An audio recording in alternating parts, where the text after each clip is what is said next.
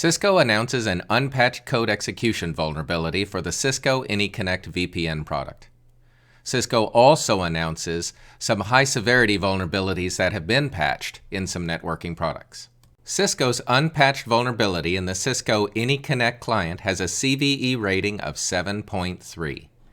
This vulnerability centers around the interprocess communication channel, also known as IPC, lacks any currently implemented authentication.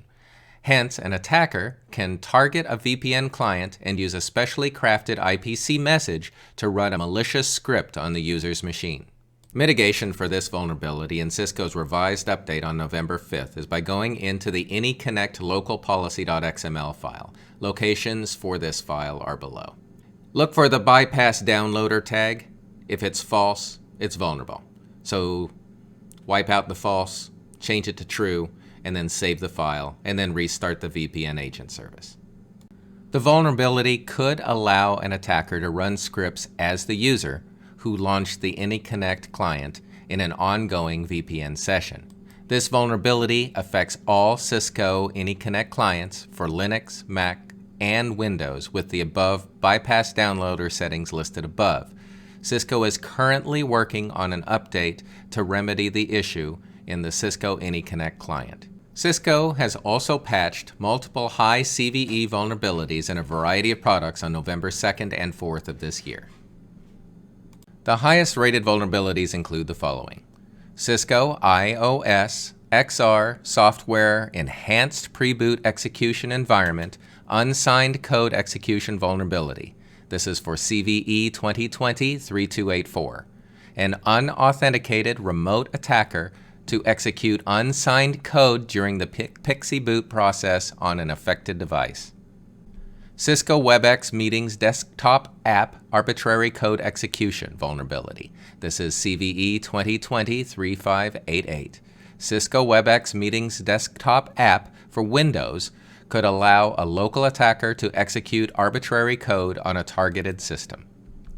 Cisco Webex Network Recording Player and Cisco Webex Player Arbitrary Code Execution Vulnerabilities in CVE 2020-3604, 3573, and 3603. For the Cisco Webex Network Recording Player for Windows and Cisco Webex Player for Windows could allow an attacker to execute arbitrary code on an affected system. Cisco SD-WAN Software Arbitrary File Creation Vulnerability in CVE 2020-26071, a vulnerability in the CLI, the command line interface, of Cisco SD-WAN software could allow an authenticated local attacker to create or overwrite arbitrary files on an affected device, which could result in a denial of service condition.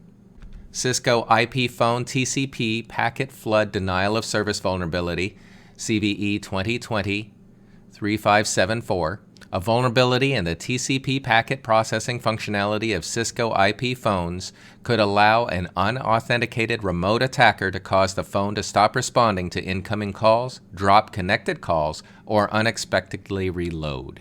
Cisco SD-WAN vManage Software Privilege Escalation Vulnerability in CVE 2020-26074 is a file transfer functions which allows an authenticated attacker to gain escalated privileges on the operating system hosting the Cisco product.